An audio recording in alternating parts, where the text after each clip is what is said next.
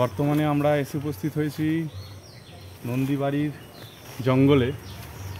এখানকার একজন retired person অবিবাহিত ছিলেন, তিনি নিজের শখে এই জঙ্গল তৈরি করেছেন।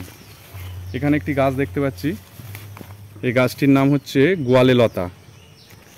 গোয়ালে লতা, এটি বন জঙ্গলে ভালোই দেখতে পাওয়া যায়।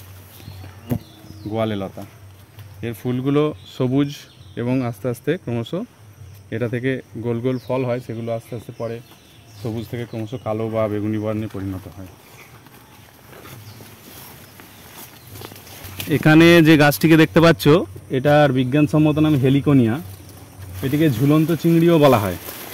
বটানিক্যাল গার্ডেনে, শিবপুর বটানিক্যাল গার্ডেনে এই গাছ অনেক আছে। তো ইনি এখানে নিজের শখ করে বাগান তৈরি করেছেন, এই গাছ বসিয়েছেন। এই গাছটি হলো গোলাপ জামুন বা গোলাপজাম গাছ। গাছটাকে দেখতে অনেকটা জাম গাছের মতো, পাতাগুলো জাম গাছের মতো, কিন্তু ফলটা জামের থেকে একটু বড়।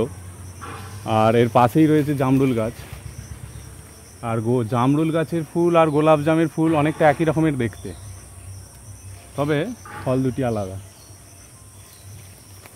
জাম গাছ আমাদের প্রাকৃতিক পরিবেশের আর খুব একটা দেখতে পাওয়া যায় না।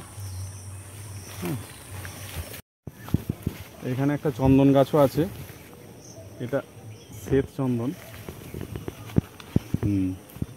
চন্দন গাছও বসিয়েছে।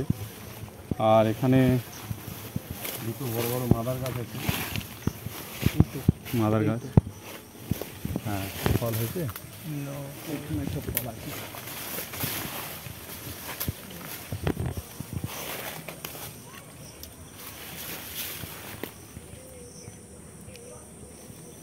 মাদার গাছের ফল খায়?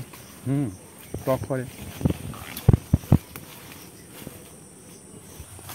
এটি বিশল্যকরণী গাছ, রামায়ণে বিশল্যকরণীর কথা আছে, এটা সম্বন্ধে আমি আগে ভিডিও করেছি। তো এনার বাগানে এই সমস্ত গাছগুলো লাগিয়ে রেখেছে। এখানে একটা গাছ আছে, এটা হচ্ছে আমরা সাধারণত যেটাকে মনসা গাছ বলি, এটার নাম দুধসরা। এই গাছের পাতা বা কাণ্ড থেকে এই যে সাদা তরুক্ষীর নির্গত হয়, এইগুলো ভেষজ চিকিৎসায় লাগে, এইগুলো সংগ্রহ করা হয়। একে দুধসরা বা মনসা গাছ হিসেবে পুজো করা হয়।